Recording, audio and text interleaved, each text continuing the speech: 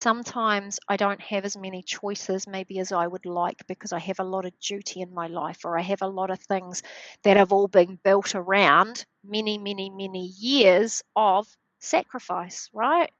So the platform to create what I want in my life, it might take a wee while. And I think recovery for you is the biggest step forward, which is kind of what we're talking about. It's almost like finding that next bit of information and moving forward, finding that next bit of moving forward. So even how the lady asked me about, she's got a different sense of smell, and I said, wow, that's massive. That's like neurological repair from those products taking place. It would be showing up to the healing sessions. It would be getting to know yourself again, getting that platform back to basically be able to hear clearer information or your connection, because I think we can get so stifled that we're almost like, I want to say, suffocated.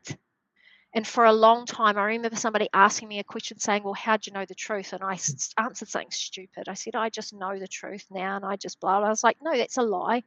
When I first began, I didn't know. I just felt so sick. I felt so overwhelmed. I had so many things. And I just kept showing up.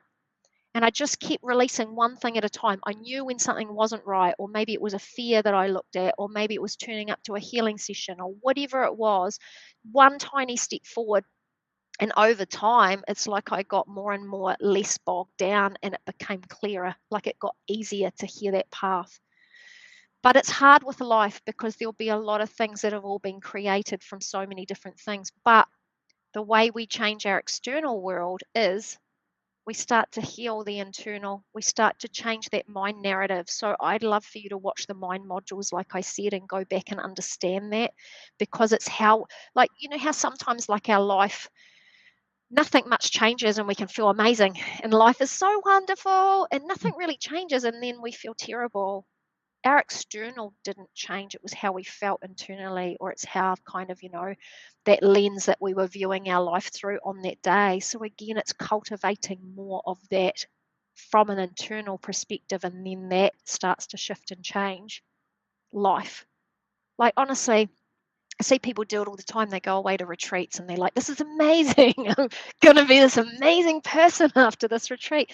The real key to changing your life is doing it within your life. And that is the trick. And it is progression, piece by piece. It is creating the time and space to honor yourself. Maybe to start with, that is simply with rest.